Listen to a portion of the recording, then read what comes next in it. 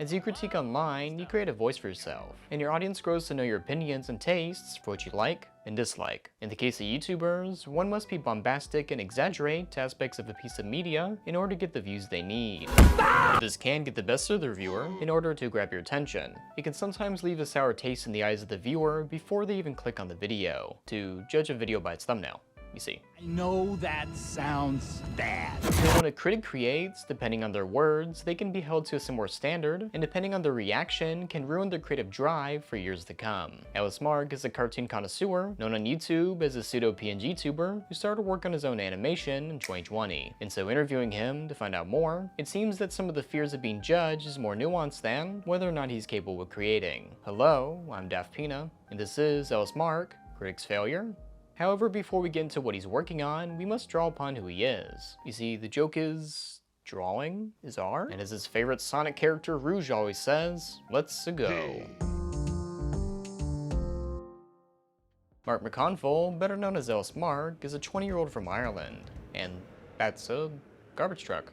No, that wasn't foreshadowing, that was just a thing that happened. Starting his channel back when he was 14, it was originally called Immortal Resurrection, and he started off with gaming videos. Because I know someone will say in the comments, yes, I know I'm basing this off 40 seconds of gameplay. As he continued, he slowly started to create drawing and pixel art tutorials, and officially changed his name to lsmark. The LS stands for LSA, you see. Remember that fact? Wait, no, the lsmark actually stands for a lot of his older videos, such as the Sonic ones, have since been privatized. However, he created a second channel called Splash Dash, so if you're concerned that your Sonic fix would not be satisfied, fret not, there's enough blue hedgehog to go around. For a short period of time, he made some commentary videos, but now he resides as a YouTube pop culture reviewer, giving his opinions on everything from live action shows to animated movies, often within a few days of the modern release. I flew all the way from LA back to Ireland just to see it a week early, and I was pretty disappointed. In fact, he becomes so popular as a cross-armed critic that if you type that into Google, he's actually the first result. Despite the fact he never drew that meme, as it was instead made by Siberian Lizard. What Mark did draw was his character sprites as well as his background, but his banner and interstitial backgrounds are created by me. Mark and I have been friends for quite a while, if you couldn't tell by now. Oh, and his thumbnails and videos are edited by those seeing descriptions made by the respective people. Good stuff. He's a personality-first creator, giving his thoughts on everything and anything, including idea videos covering concepts of pop culture rather than the media directly in of itself. Though in his pursuit of critiquing, that is not a label he considers himself, as he says it's just his opinion. When it comes to being a critic, which I don't like that word, because to me it was never like I'm gonna be a criticism channel. It was always just like I'm gonna give my opinion on this movie. I'm gonna make a video where I talk about this TV show I like. Perhaps to be not considered a critic might get him out of the hypothetical critic trap, a topic he covered in the video, The Flaws of Internet Criticism, which is the concept that when an online reviewer creates something, it always turns out terrible. Aha! I thought I smelled something fishy and it wasn't your lady clam. Though in order to better understand that concept, and before we dive deeper into Mark's future cartoon, let's go over a few examples to see what that phrase actually entails, and what Mark might expect in the future.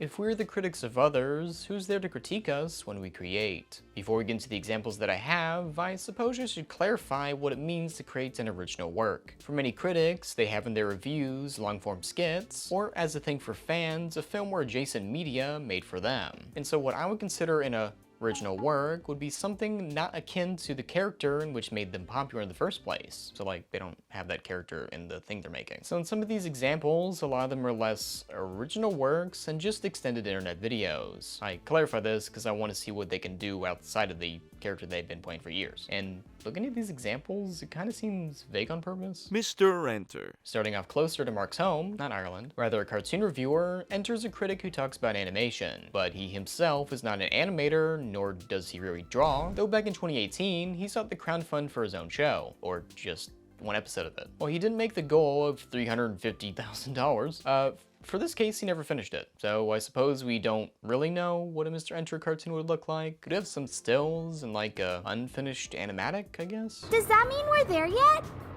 Crosswalk, Sally.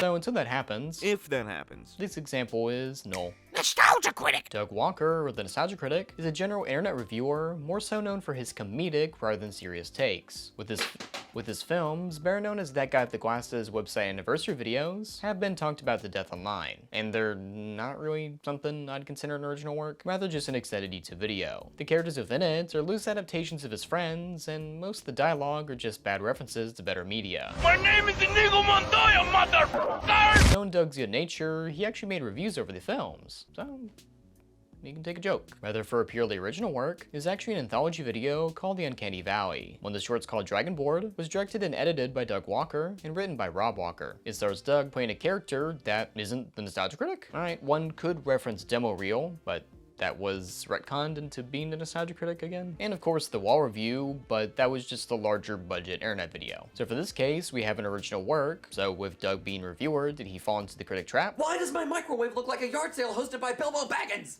I must admit, your treasure chest was rather small. Yeah, as the short suffered from awkward dialogue, bad acting, and just terrible cinematography. Though, oddly enough, his counterpart James Rolfe, who's known for reviewing video games, has an extensive background in film, as he's actually created a plethora of shorts. He doesn't get his own section because he's actually seldom mentioned in the Critic Trap idea, which is odd because he's a critic who makes things? Redlettermedia. Much akin to James Rolfe, Mike Stolasa, and Jay Bauman have film college experience, and while they were very early pioneers of online criticism for media, they have made original works such as Orange's Revenge of the Eggplant, Feeding Frenzy, and even the most recent, Space Cop. The film itself is fine, if not a bit boring, though the prompts, sets, and special effects are actually quite fun, and of course it's always nice to see Rich Evans get into antics. Oh my god, the garbage cans!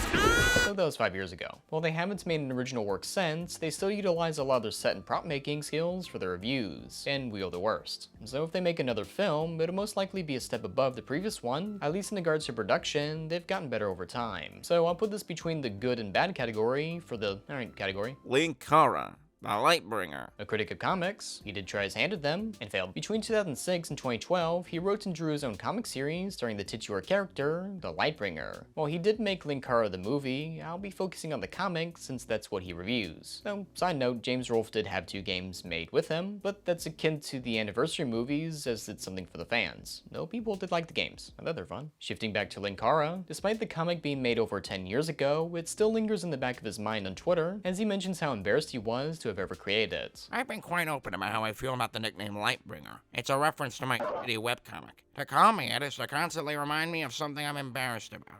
That's a terrible Linkara. But this is keeping in mind he drew this when he was 19 and stopped when he was 25, and the art was slowly improving. Oddly enough, however, rather than making a new comic, he decided to create an analog horror series called Winter of '83, April 1st, 2022, and people seem to like it. It's okay. So for this one, it's part yes, part no Critic Trap, since he moved out of the genre he critiques for the most recent original work. Oh, I can't believe I forgot about this, but Mr.Enter actually made and published a book from the Growing Around universe, but that doesn't really have visuals and is not the medium that he critiques, but I guess I'll put it over here. Rebeltaxi Is the opposite of Mr.Enter, as this is someone who draws and has been drawing for a while, and is working on his own original work. His background apart from reviewing includes going to college for graphic design, and using that knowledge to give his videos a fun aesthetic. He did make a comic in the past with mixed reviews, but I made a whole video interviewing him about that, so if you want to see more of a deep dive, go watch it after this video. But much like Redlettermedia, the comic is fine. Not great, it's not bad, it's alright. Hey, what about you, Def? Didn't you make Saturdays off in 2020? Oh, I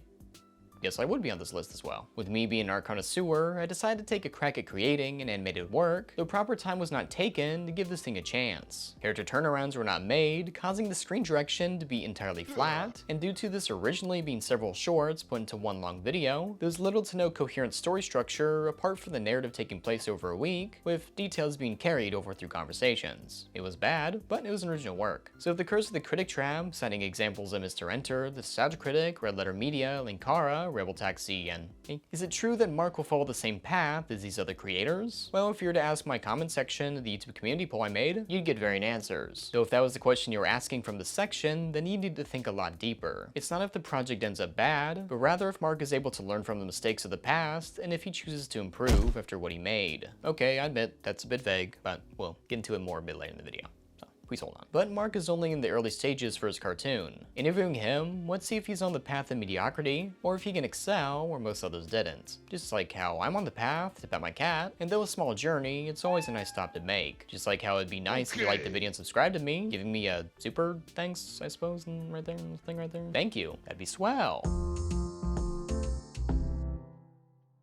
A key part in escaping the idea of the critic trap is understanding your limitations and how to overcome them, or to be humbled by your inability to create some stuff. Believe me, if I had not commissioned backgrounds by Bravers, who did a fantastic job on them, you would have been subjected to my bad backgrounds for my cartoon. Woof! The other part is how involved the persona is in the cartoon. To preface, Mark is not making an lsmark cartoon where he's voicing and playing himself, and the woes of being a critic tackling the world's worst piece of media he must review. AVGN already made that movie. No, Mark is rather creating a story about two characters, Clay and Rob, who are anthropomorphized animals who talk and do people things. So, can you tell Mark likes Sonic? No, why do you say that? Mark always had the dream of making a cartoon, though one day a question was asked about what was stopping him. It wasn't until the start of 2020 when I was talking to Daft, who was working on his own cartoon at the time, and I was like, oh damn, you know, I really want to do that someday. And he was like, you know, well, what's stopping you? And I was like, oh, I guess I never considered that really. So around then's when I was like, okay, I guess I'm doing this in the background now. With some of the examples we have seen in the Critic Trap section of the video being live action, since Mark is able to draw, that gets him a bit further than if he were making a live action film. Meaning a lot of work will be done over the internet, so it'd be faster to achieve what he wants, because he's able to better articulate how he wants things to look, to like draw over them, you know what I mean? The fears of being a critic and posting online, however, was not a worry of his, as he actually posted art before his YouTube channel was created. Also to reiterate, Mark does not consider himself a straight up critic. As you've seen with his Sonic 2 and his Sonic 2 reaction video, he is faced with fans that try to take his word at more than just an opinion. As he puts it, him liking or disliking something does not negate your feelings about a subject, that his videos are solely just his opinions, and not outright judges of what is right and wrong. Though that idea could be seen of CinemaSins, a not so fondly looked upon creator for their takes, I guess. So for Mark's cartoon, to separate the art from the artist is something he wants to aim for. I just hope that enough people go into it with an open mind, not looking at it as like this is a lsmark cartoon, that this is just like a cartoon created by Mark, you know? I don't know, I don't want people to go into it going like, oh boy, here's this cartoon made by this quote unquote YouTube critic. I can't wait to shit on it, but I know that's me saying that isn't going to stop it from happening, so I've kind of come to terms with the fact that that's going to happen, and, you know, I don't know. And further separation is what he considers himself compared to a standard Newgrounds animator. His aim for a cartoon is television quality animation, or consistency, and characters not just saying f because they can. And no, don't point to 12-ounce mouse for TV quality animation, because that was on TV, and that's an animation, and that's TV quality animation. No. For the story, there were actually 3 major rewrites, and the first involving a high school party, and the latest focusing on the 2 going to a local disco for kids. My initial plan was, well, I'm really unhappy with this first script, so I'm gonna finish this episode because it's already so far along, and then I'm gonna make a second one, which is the one that I'm working on now. So I'm gonna make 2 episodes, and I'm gonna wait till both of them are done, and then I'm gonna put both of them out there, you know, just because I was like, I don't want the first one going out and people getting this wrong idea of what I want, so I'll put 2 out so people get like a more general idea of what I'm going for. And then I was like, why am I trying to do all these gymnastics just to give people the idea of what I want to do when I can just scrap the first one, like cut my losses and move right to the second one, which is what I did, and I'm happy with the way it's been going. The show premise being that Rob moves into a new town and befriends Clay, no matter how reluctant he is to have a friend, and they grow a special bond over time. Nice. And the concept is actually inspired by one of Mark's favorite shows, The In-Betweeners. And with the 2 years, well, technically 6 months of official production on this thing, he actually found himself neck deep in issues. One of the first being rewrites, an internal struggle of always coming back to constantly change things in the script. With no time frame or deadline, this is inevitable. But while time is on his side, he is not alone in the project. While he did do the original animatic on his own, another person was hired for the new one, with revisions being supervised by, well, an animation supervisor, that being Rebecca, who's a full-time animator at Mercury Works. Background artists and animators followed as progress came along in the project, with such people as Adrian Del Cerno, Javi Gameboy respectively, and many others. As he describes it, while he is not drawing every little piece, he still has his hands in the animation pie. So for something like this, usually how the shots work in the show is that they'll send me their shots, and I'll look at it, and I'll draw over it myself with a pen, usually on someone's iPad, now that I've been traveling a lot. and just to clean stuff up a lot and make sure that what I'm getting back is kind of my vision and the way I want it. So like for a shot like that, just for the shot of him shrugging and Clay looking down at him all angry, usually what happens is I'll send him back something kind of like this with a description of text showing what I want. Just kind of giving notes on like how to fix things to be the way I want it to be.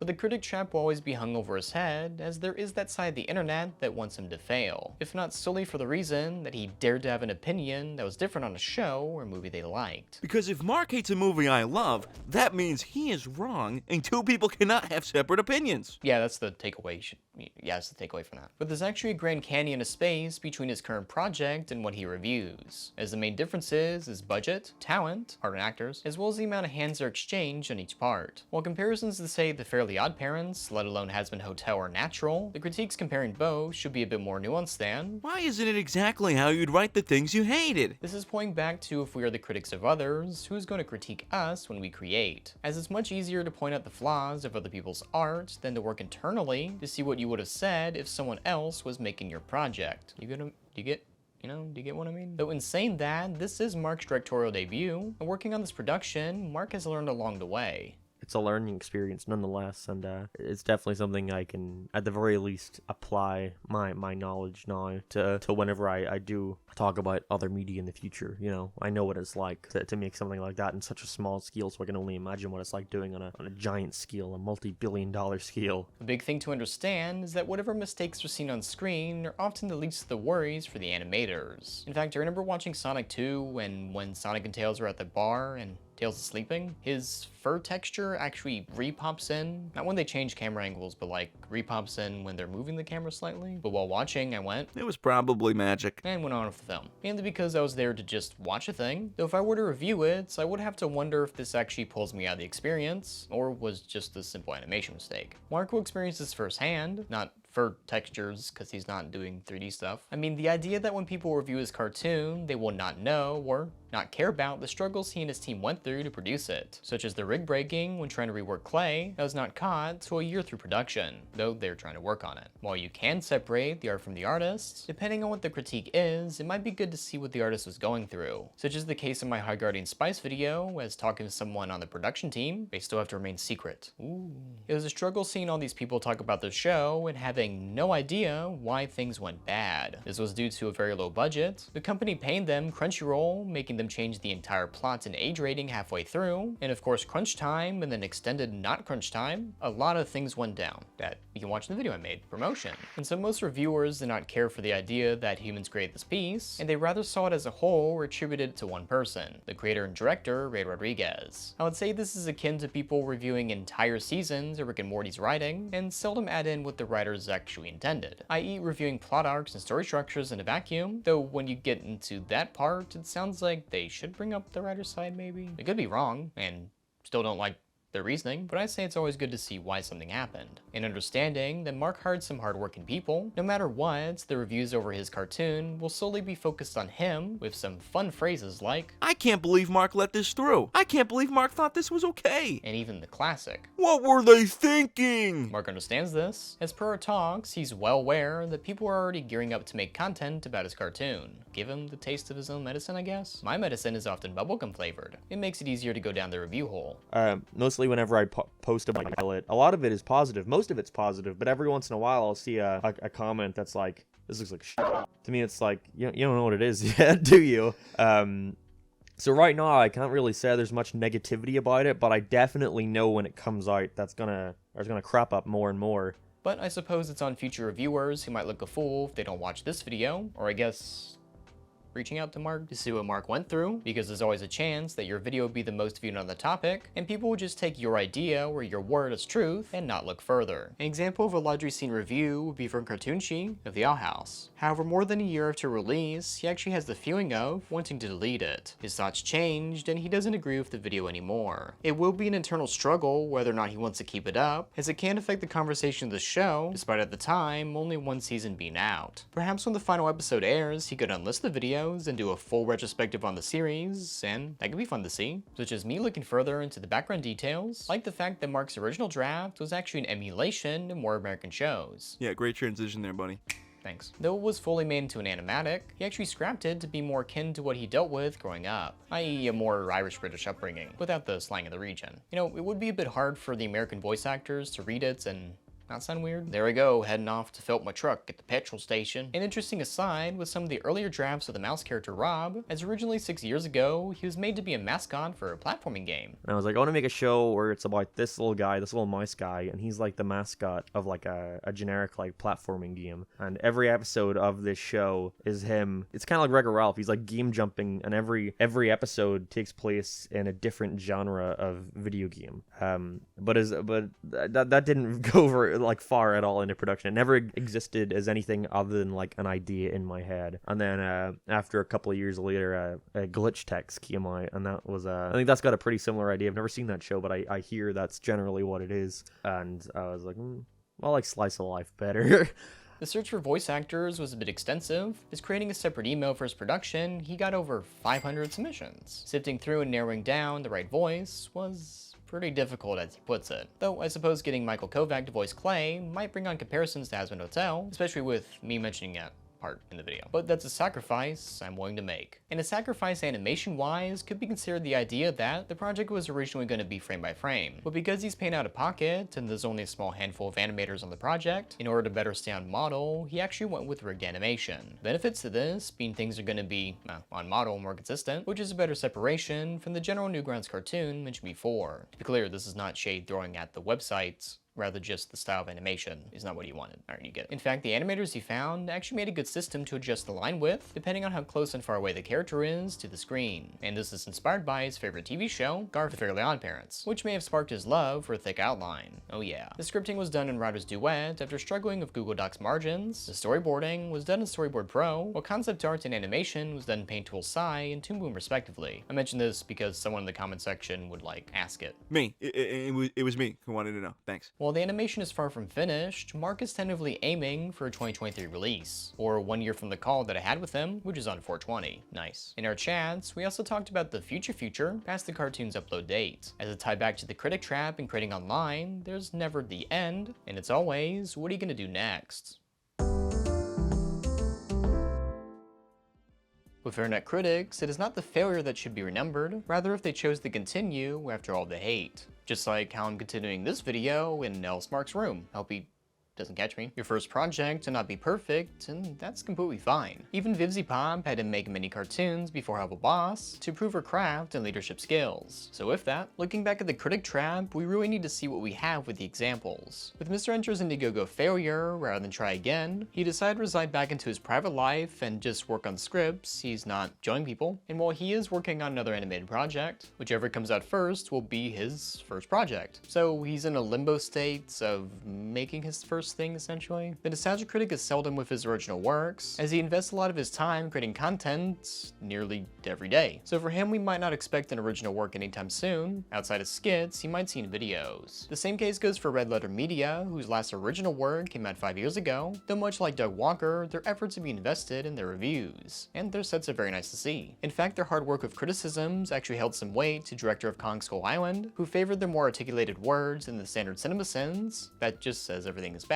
So if critiques, there's still a lot of value to them, especially if the intent is more to improve rather than tear down for the spite of it. Speaking of Linkara, whose last comic work was 10 years ago, he came back to create an analog horror series and seemed to improve on a lot of his storytelling skills. Though of course a comic and an analog horror series are two different ballparks of story structure, but still improvement. Nevertheless. As for Rebeltaxi, after his failed comic, he came back to rework his idea into an animated form. Everything from redesigning the characters, changing the plot, and story structure, it is shaping up to see something quite fun. Relax, we just want to challenge Monique to a melee fight. We want to prove we're not a bunch of scrubs. And I have an upcoming cartoon with a tentative release for December 2022, and I learned a lot from the past experience. Mainly with preparation and execution, as with the prior cartoon, time was not taken during pre-production to make the actual animation process smooth and fulfilling. fulfilling. So in seeing all these examples, a lot of what the Critic Trap entails is not the critic trying and failing at what they critique, rather than not taking the time to learn what failed and to move on to the next project. In fact, critics like AVGN and even Chris Stuckman are often left out of the Critic Trap as they're an outlier, or perhaps an example that the situation is a lot more than. Critic only review because they cannot make. Much like when I talked to Matt Hargreaves of Ed's World, you have to make a lot of things before you start to get better. It may take a long time and a few projects to do so, but it's better to be seen as someone who wants to get better, rather than someone who tries once, fails, and never tries again.